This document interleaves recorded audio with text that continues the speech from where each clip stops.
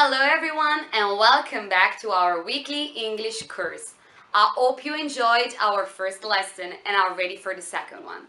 The topic of this lesson is past simple and digital storytelling used as a learning tool. But what is storytelling? Storytelling is the art of narration.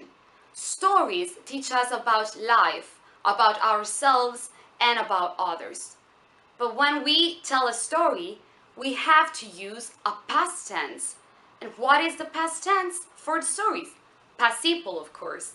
Past simple is commonly used to talk about past events or states which have already finished. To form the past simple of the verbs, we have to add ed at the end of it. And as you can see here in the examples, it is the same for all the persons. Here we have three types of verbs: worked, arrived, and studied. Remember that past simple is a very tricky tense, and that's because we have a lot of irregular verbs. And you can see it also in the pronunciation. Here we have worked, arrived, studied.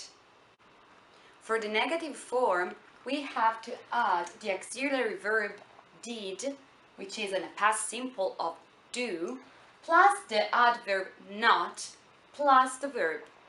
For example, I did not work yesterday.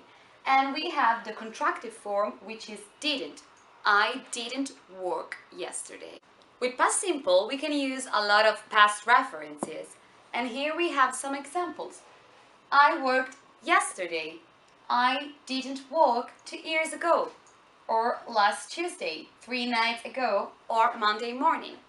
Now that we have learned about past simple rules, we can read a story. I prepared for you Peter Pan. So listen and enjoy our digital storytelling moment. There once was a house in London where a family named Darling lived. There were Mr. and Mrs. Darling and their 3 children, Wendy, John, and Michael. Watching over the children was Nana, the nursemaid, who also happened to be a dog. It was to this home that Peter Pan came one magical night. He chose this house for one very special reason. There were people there who believed in him, but not Mr. Darling. He only thought about business, the importance of being on time and dressing properly. But Mrs. Darling was still young enough at heart to believe that Peter Pan was the spirit of youth.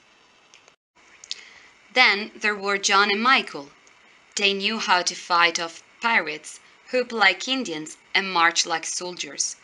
To them, Peter Pan was certainly real, and they made him the hero of all their games. But the expert on Peter Pan was Wendy. She knew everything there was to know about him. Peter Pan and his pixie, Tinker Bell, slipped in through the window. The Darlings' nursery was a familiar place to Peter. He liked to sit in the shadows and listen to Wendy's stories about Neverland. But in his last visit, Peter had been separated from his shadow. Tonight he had come to get it back. Well done, Tink, you found it, Peter whispered when Tinker Bell discovered his shadow. But the shadow was in no hurry to be caught. It flitted and skittered around the room. Peter charged after it, making such a racket that Wendy woke up. Peter Pan, I knew you'd come, Wendy cried. I saved your shadow for you. Let me sew it on for you. Oh, Peter, I'm so glad you came back tonight, because it's my last night in the nursery, she added sadly.